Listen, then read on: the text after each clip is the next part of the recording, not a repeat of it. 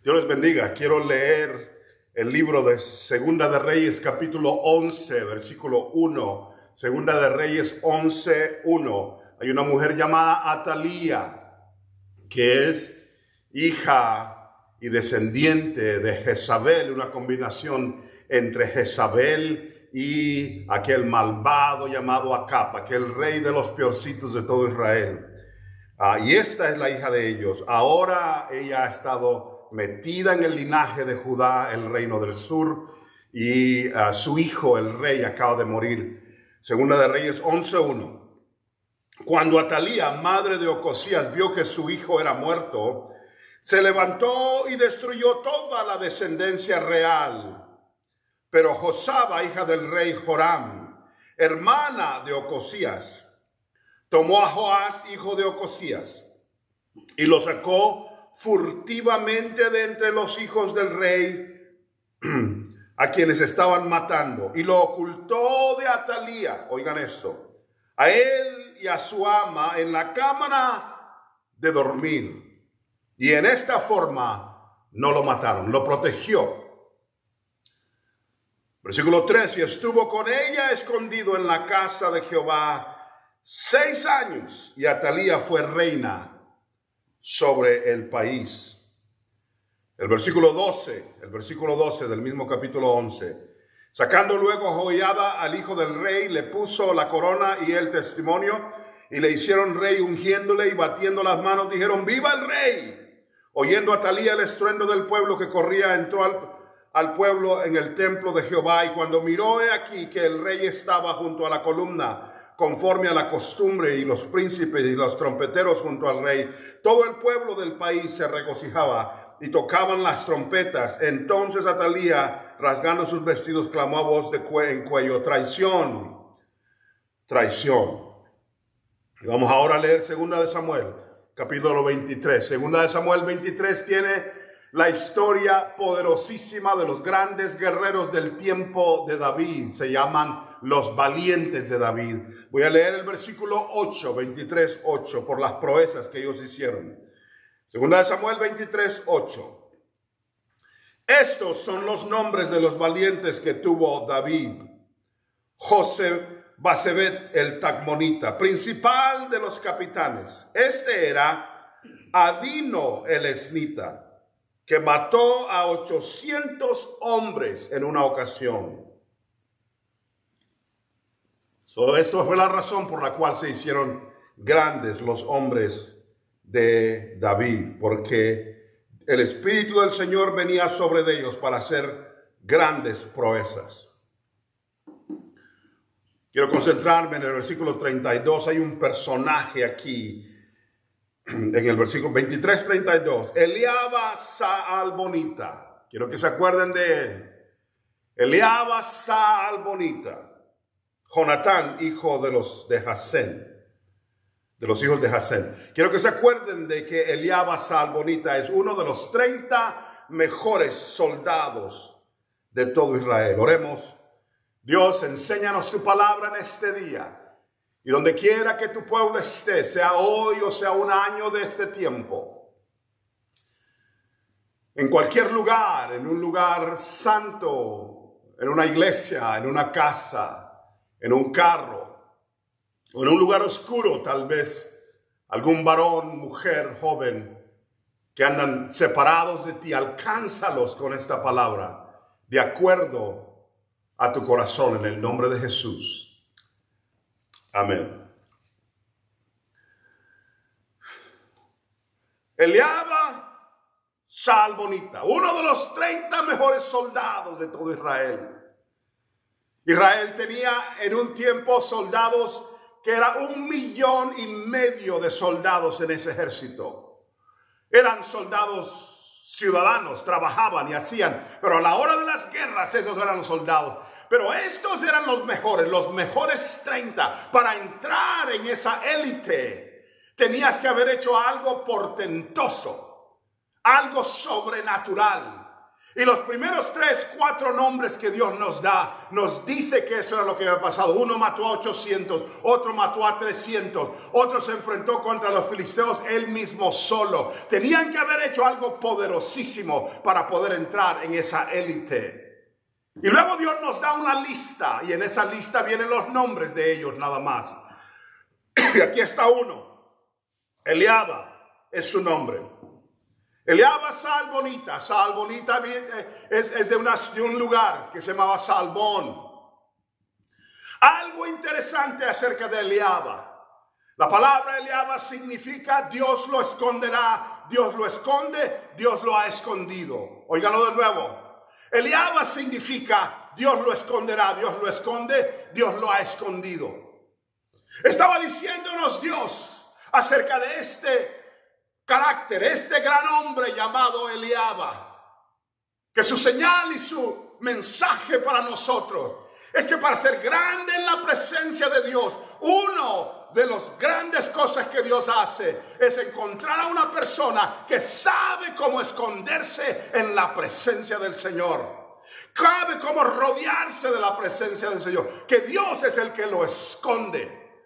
No estoy hablando de un cobarde, estoy hablando de alguien que sabe encontrar el refugio del Señor. Torre fuerte es el nombre del Señor, a él correrá el justo y rescatado será.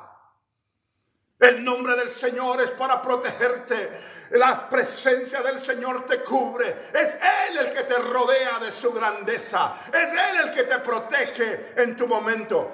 Pero hay otra cosa que enseña Eliaba. Y es que Eliaba estaba escondido en la presencia del Señor, que el Señor lo tenía en su mano. Pero el lugar de donde él es interesante, porque es Eliaba Saalbonita. La palabra Saalbón significa la madriguera de un zorro, la madriguera de un zorro. O sea, Dios te esconde y hay una madriguera, hay un lugar donde Él te esconde, un lugar donde Él te pone. Un lugar donde Él te hace que estés protegido y preparado. En inglés, la madriguera de un zorro es la relación a un soldado que hacen trincheras y se mete en la trinchera para poder pelear desde ahí y protegerse. Hay una enseñanza completa en los anales militares de aquí, de estos lugares, para presentar la idea de ser protegido en esas trincheras. Pero en este sentido Dios está enseñando algo poderoso, que sepas dónde esconderte y que sepas dónde atrincherarte, que tiene que ser que el que está en tu madriguera es Dios mismo protegiéndote. Dios lo esconde. Por eso leí los otros pasajes. Atalía era una mujer llena del demonio, cuya sangre era la sangre de Jezabel y de Acab, una pareja terrible. Y se despierta un día para hacerse ella misma reina y comienza a atacar al pueblo de Dios y a matar a todos los descendientes de David que se podían sentar en el trono. Pero allí estaba un jovencito llamado Joás, niño. Y una mujer, hermana del rey muerto, corrió y lo agarró a él y a su nodriza y se metió en la casa de Jehová y escondió al niño por 6 años en la casa de Jehová. Atalía anduvo buscando, matando, destruyendo y mató a toda la estirpe real hasta que no quedaba ninguno. Pero escondido estaba en la madriguera del Señor. Ese era su Salvin. Ese era el lugar, la madriguera del Señor. Ese era la trinchera donde ese jovencito estaba protegido por Dios. Estaba escondido en la casa de Jehová. Oh, que Dios nos enseñe a estar escondidos en su presencia. Cuando los ataques vienen de parte de afuera, cuando hay ataques en la iglesia, ataques en el vecindario, ataques en la familia, ataques en el ambiente político, sepa algo, que puedes encontrar cualquier tipo de refugio, pero tu madriguera, tu refugio tiene que ser la casa de Jehová. Y no estoy hablando de un templo físico, pero su presencia, su poder, su gracia, su gloria sobre ti. Esa es la protección. David tuvo una experiencia de esta manera. Cuando Saúl lo andaba buscando para matarlo, corrió David y se fue a meter con Samuel. Y Samuel le dijo, vamos a irnos a meter a un lugar. Y se metieron en un lugar. Y Saúl comenzó a mandar gente tras gente. 3 veces mandó soldados a arrestarlos sabiendo dónde estaban. Pero cuando llegaban los soldados caían profetizando bajo el poder del Espíritu Santo. Luego Saúl dijo, voy a ir yo. Y fue él con todo el ejército a buscar a David. Y cayó también profetizando, porque se encontró con la madriguera del Señor, con el lugar donde Dios está protegiendo, con el lugar donde nos enseña este gran personaje. La idea es específica, que Dios nos da la idea de todo lo que Él hace. Salmonita, que Dios sea el que está en tu trinchera, que es ahí donde sabes cómo esconderte, y que sepas que sea el Señor el que está rodeándote. Este jovencito no lo hizo él mismo, pero alguien lo protegió por 6 años. 6 años estuvo metido en esa casa. 6 años sin ver el sol, sin salir a ningún lugar.